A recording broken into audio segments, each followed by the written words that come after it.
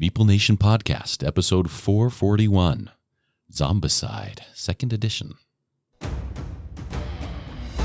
Welcome, citizens of Meeple Nation. For the next 30 minutes, sit back and enjoy. The Meeple Nation podcast is sponsored by GameToppersLLC.com.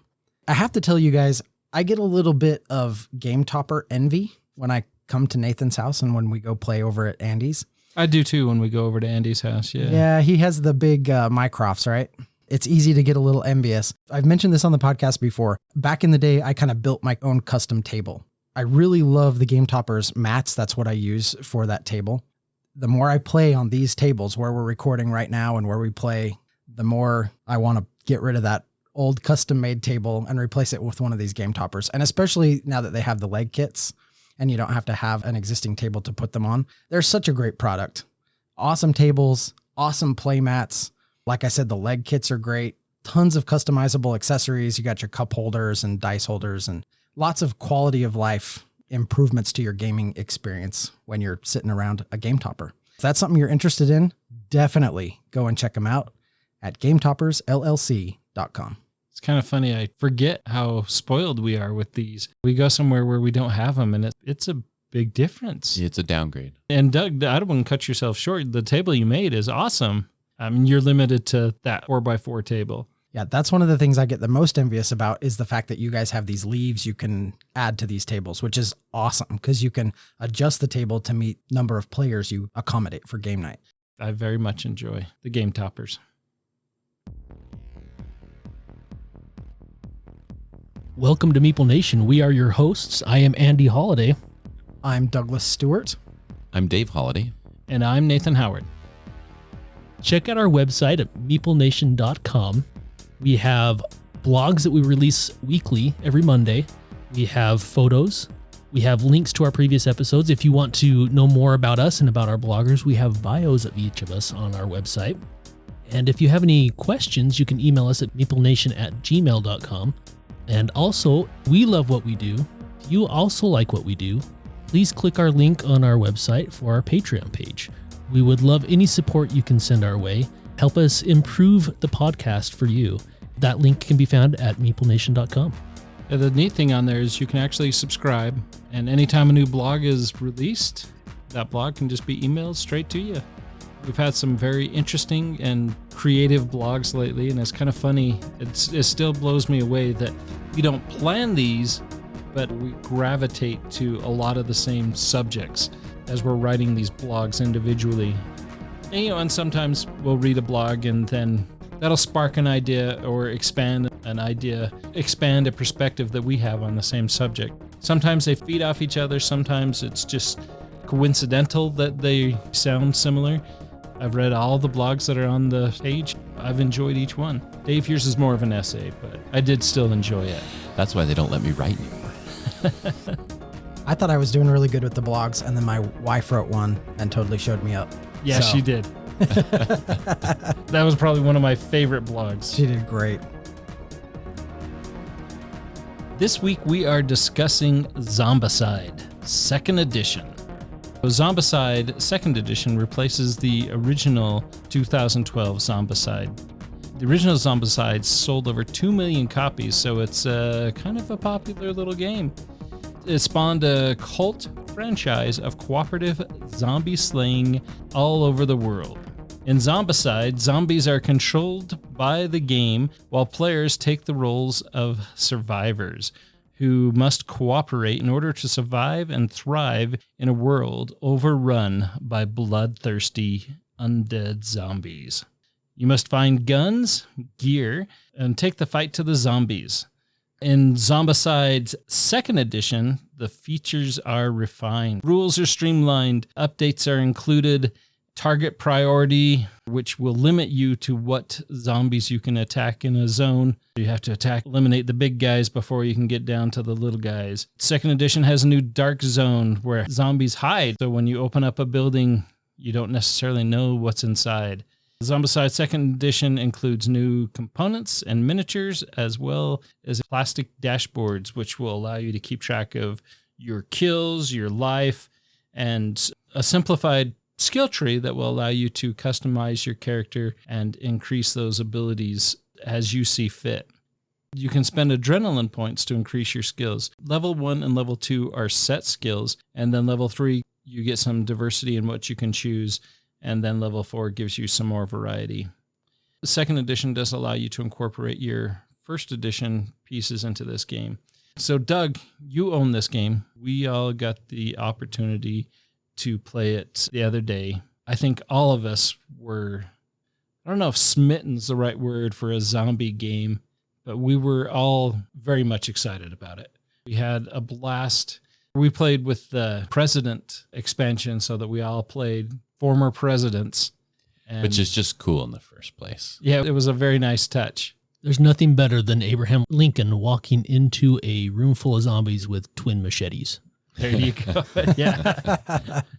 The game has very much tongue-in-cheek feel to it. It's nostalgic and it's fun, humorous, includes a lot of characters from different pop culture. Like there's a set that has the cast from Big Bang Theory, and you're looking through the cards and you can identify Sylvester Stallone. There's Chuck Norris. There's Ash from Army of Darkness.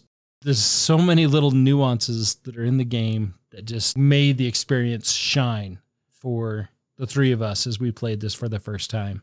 Well, to begin with, I mean, there's a huge stack of characters to choose from. Like you said, Nathan, there's tons of people that you recognize just looking through that stack. We had fun just doing that. Oh, look, there's whoever. There are all these kind of characterized versions, and they've changed the names because they can't get into legal trouble that way. But it's almost a mini game in and of itself to just flip through that deck of character sheets and just try to identify what celebrities they're trying to go for there. It's very tongue-in-cheek.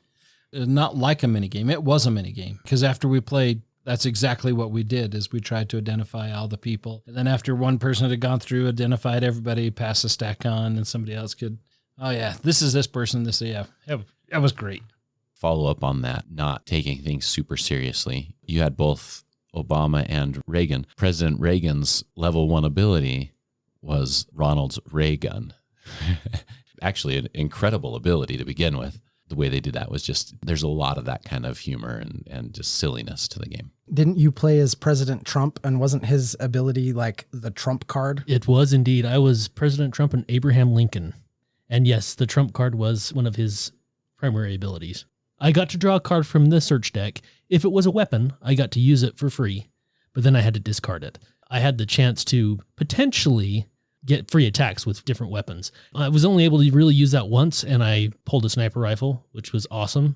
Unfortunately, I only got to use it once, but fortunately, I searched that round and got the other sniper rifle. So I still ended up with an awesome weapon at the end of that round. But still, nothing's going to beat Obama with a rocket launcher. That was definitely the highlight of that game we played. The only thing I can think of when I want to describe this game is flavor. To me, had so much flavor to it. You can just picture presidents of the United States out there fighting zombies with rocket launchers and sniper rifles and machetes and golf clubs. And golf clubs, yeah. Right? Just the sheer humor and ridiculousness of it totally made the game for me. I'm not a fan of zombie games really, but I loved this game. It was fun. And I think maybe a part of that is because I am such a fan of dungeon crawl games, and this has a very much a dungeon crawler element to it. I don't even know that I would call it an element. I feel like it is a dungeon crawler. Yeah. You're just fighting zombies, right? And I thought they did a great job making you feel like you're getting overwhelmed with zombies, yet not feeling like it's like a lot of zombie games, like it's a bear chase, right? You're trying to be the last person to survive. And I think that's maybe what I dislike about a lot of the zombie games that are out there is you're just basically trying to be the last person to be alive. I think with this, where you're working as a team, you're trying to kill the zombies and reach your goal, which in this case was we had to find 5 objective crates, and at least one of them had to be one of the 2 special colors that were part of the scenario we were playing. Working together to get those crates worked out really well. There was definitely some apprehension to opening up a door because you don't know how many zombies are going to spawn. Not only that is they could activate that round that they spawn and you could be in trouble depending on which zombies come out. And there's quite a few different zombies that can come out, and the abominations are terrifying in that game and difficult to kill. There are only so many weapons that can actually damage those abominations. it can get kind of scary as you're going through this game and you're like, oh my gosh, how are we going to do this? And you kind of get that feeling of being overwhelmed. And then someone comes in with a rocket launcher, finds a rocket launcher, or something like that happens. And you're like, oh yeah, we can breathe for a second. Such a great game. It was so fun. When we started, it felt very much like we were going to be overwhelmed and swarmed. As we were fighting, Doug went up and tried to sacrifice himself to stop the zombies from coming. And then we all kind of ran away and left him up there. And I've talked about it in the past, but it provides some of that anxiety in a game that makes it, as you've described in the past too, Andy, that it has a very cinematic feel to it, which I think fired on all cylinders, right? It was a game that just came together. I liked it. It was actually a real treat for me to kind of introduce this to you guys because, I've played this a few times before and I kind of knew what to expect, but I could tell, right out of the gate, we put our characters down. We had that first round where there wasn't anything on the board. And I could tell for you guys, it was kind of like, okay, when does this get good? There was kind of that moment right there at the very beginning, but it only takes a round or two before there is just a mountain of zombie plastic on that board and it's all trying to kill you. Yeah, I was surprised there was still plastic in the boxes to pull out. The board just felt so full of zombies. One of the things that I really love about this game is its simplicity. When you get this out, you're going to have everybody pick a character. You're going to build a map. The rule book just comes with, I don't know, it's like 20 or 30 scenarios you can play. You don't have to play them all in order. There's a loose story that kind of connects them all, but you can just kind of pick one and go. You're just going to kill zombies. And that's it. Pick a character, build a map, kill zombies. And it will give you an objective. You're trying to do something, whether it's to find some food in that exploration deck or find a certain number of weapons or get those objective crates or whatever it may be. You're going to explore. Like Andy said, it kind of has that dungeon crawl feel to it. Activate, then spawn zombies and chuck dice to mow them down. It's simple, Ameritrash fun. It was very much Ameritrash fun. That's one thing that I was going to point out as well. As simple as a game it is, normally games that are super, super simple for me are just not that great. But this one was really good. I did have one problem with it though. It was over. You couldn't even get half of your abilities unlocked. For me, the point of having all of these abilities on a character and the point of a game like this is to develop that character some. That's my favorite part of these types of games. Well, and get a chance to use those Absolutely. upgraded abilities. Absolutely. Right? In Not fact, have it over as soon as you get your last powerful ability and then the game ends. Right. Absolutely. A lot of games frustrate me like crazy because you finally get to that ability that you've been looking forward to and you get to use it once or not at all. Maybe it's actually better than that because that's such a tease. Here, we weren't even sniffing the last abilities. We kind of ran into that same issue with Big Trouble in Little China, where it feels like one person they were going through getting a lot of experience, adrenaline points in Zombicide, where everybody else felt like more of a supporting cast, which, I guess in a cinematic movie, right, you have the lead role and everybody else is kind of supporting cast to that. So maybe that's intentional. If you're a supporting role, it feels less exciting. I think a lot of that has to do, and maybe this is a little bit of imbalance in the game. As you're searching, you search for the special weapons, and you can find a special weapon that is going to do damage to a lot of zombies at once. And whenever you kill a zombie, you're going to get those adrenaline points. So if you have a weapon that has that potential, you can fly up that adrenaline track a lot faster than some of the other players that may only have 2 attacks that round, can only take out a couple of zombies. They're moving up substantially slower than everybody else. So it does have that luck element to it on what you can find with those special weapons. To go on top of that, though, that is cinematic in itself. If you're shooting a zombie with a handgun, you're excited to be alive. But if you run in there and you blow up a whole section with a rocket launcher, that's pretty exciting. Well, and it does raise the excitement level of doing searches for those special weapons because not all of them are amazingly good. They're all good, but there's some that are really good. And it does increase that excitement level of going and searching for those. What you guys are saying is totally correct. But one thing that I do really like about how the leveling system works in this game is that if you do have one character that decides they want to launch clear ahead, like they just find the right weapon or whatever, and they really climb fast on that adrenaline track, when you go to spawn the zombies, you look at the card and you spawn zombies according to whatever character is the highest on that track. So if one person just explodes out ahead, they are going to make the game way more difficult for the other players at the table. more than likely, at least in my experience, that means you're going to lose if you have Yeah. one person that goes too far ahead. They've done a good job at allowing that to happen while also incentivizing players to kind of work together to level up at the same time so that you're not being overwhelmed. Right. That was a big concern for me in our play. Old Ronnie was just climbing that track early. And I thought for sure that he was going to leave us all in the dust and make us vulnerable to those harder zombies. And for a minute, he did. So, Doug, why don't you walk us through real quick how an actual turn or round of the game goes? One of the things that's kind of fun in Zombicide 2nd Edition, you are always going to play with 6 characters. If you played this solo, you would just control all 6 characters. You divide the characters up based on the player count. You build your map, you put your characters out there, you make sure you know where your zombie spawn points are. Like we talked about, you're just out trying to meet whatever objective the mission is having you do. All of those characters are going to act first, and you do go in turn order around the table. Each character is going to have 3 action points they can spend. You can use those action points to move. You can use them to fight zombies. You can use them to explore rooms, and you can use them to open doors. After all the characters have gone, then the zombies are going to activate. And what I really, really like is how just clean and simple the sort of zombie AI is in this game. They are simply going to attack if there is a character in their spot, and then they are going to activate. And they each either have 1 or 2 activation points, and it's really simple logic. They're just going to move, and then if they have enough action points to move and attack and they come in contact with a character, they will attack as well. And then you spawn new zombies, and that's it. So attack, move, spawn. And then it's right back to the characters taking turns.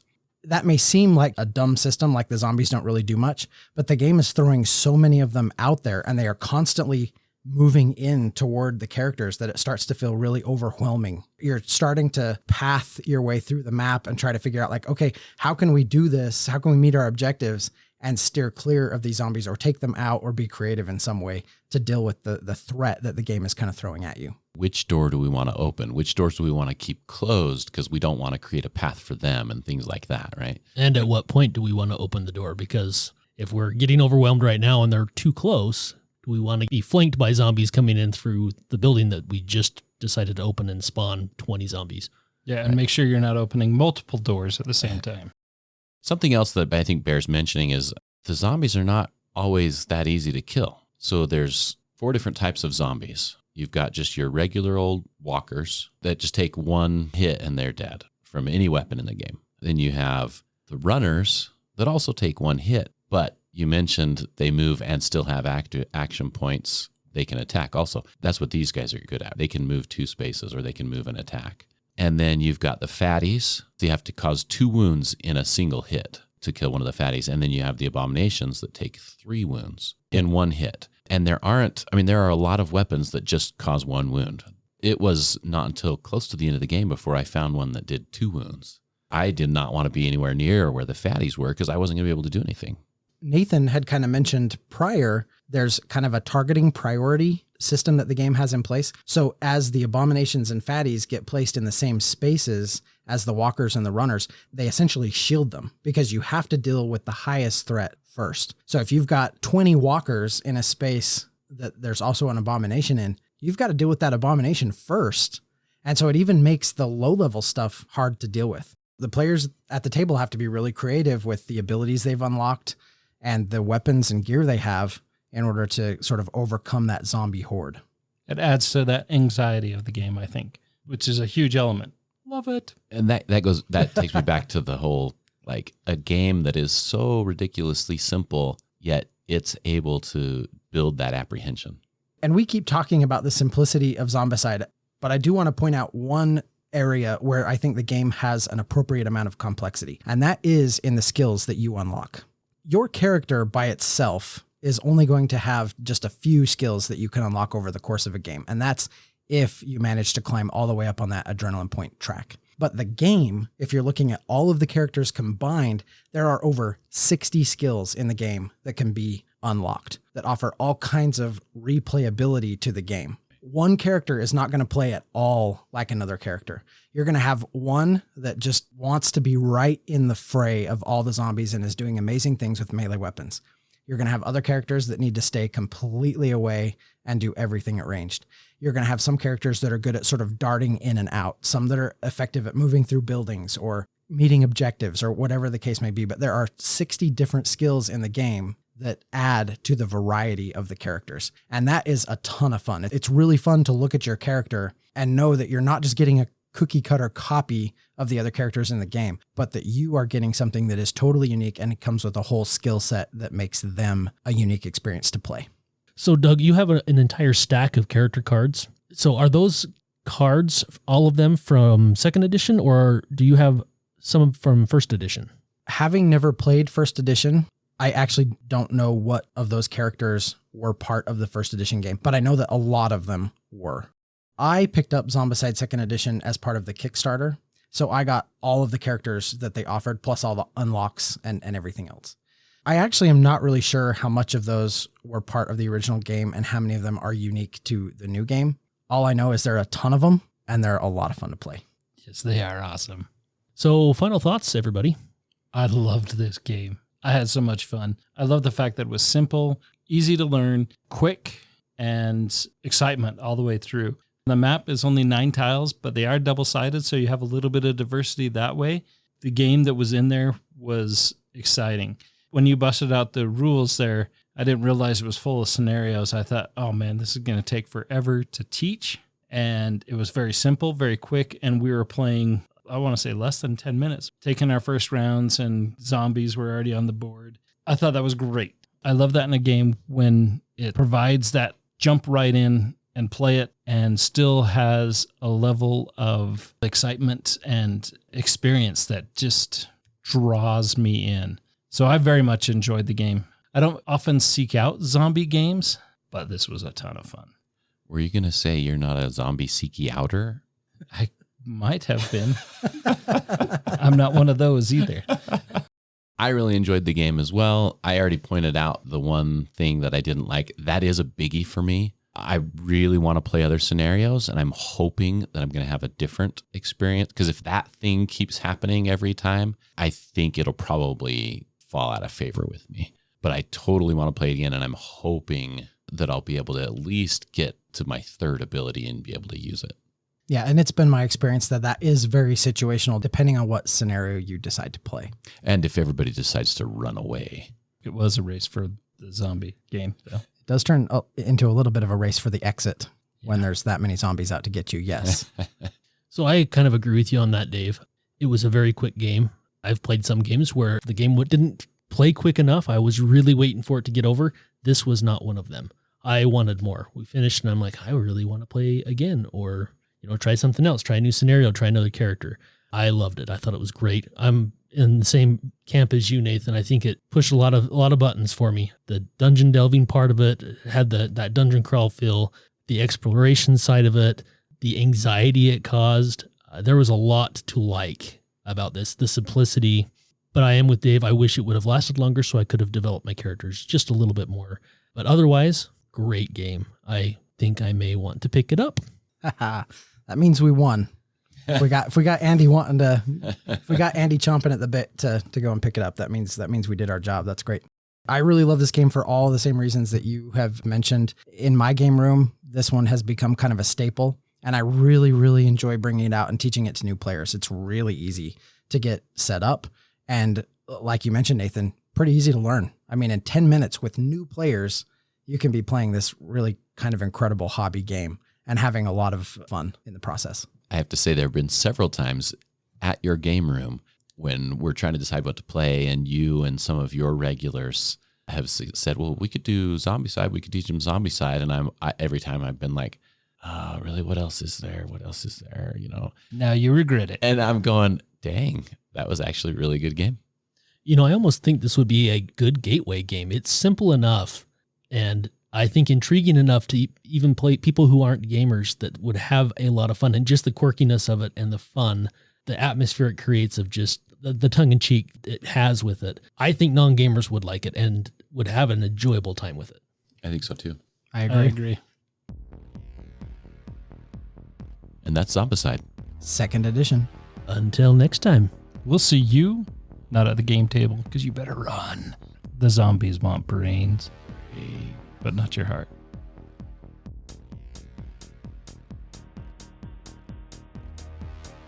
As always, we want to thank you for listening. Check out our website. We have all sorts of cool things there. Love those blogs. Get a deeper look into the writing side of Meeple Nation. Join our Facebook group, Meeple Nation Off Air. I look forward to seeing you there. Follow us on Twitter at Meeple Nation. We also have Instagram. Under the same name. We also want to thank our sponsor, GameToppersLLC.com. We love their product, and they have so much goodness out there. And we also want to thank Braiding Detergent for our music.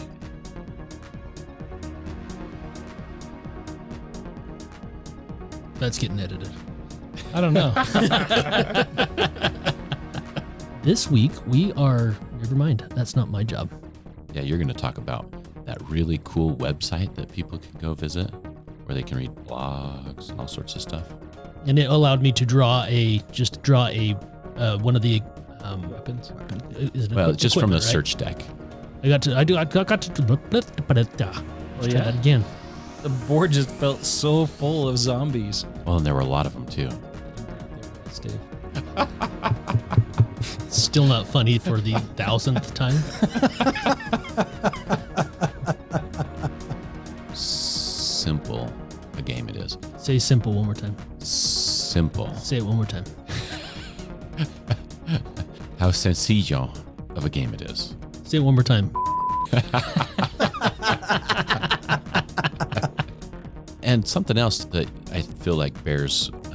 Did you just say bears? it did. Mentioning, repeating. Yeah, it bears mentioning. Is that right? That's right. That's correct English, actually. Okay, that's what I was... Anyway,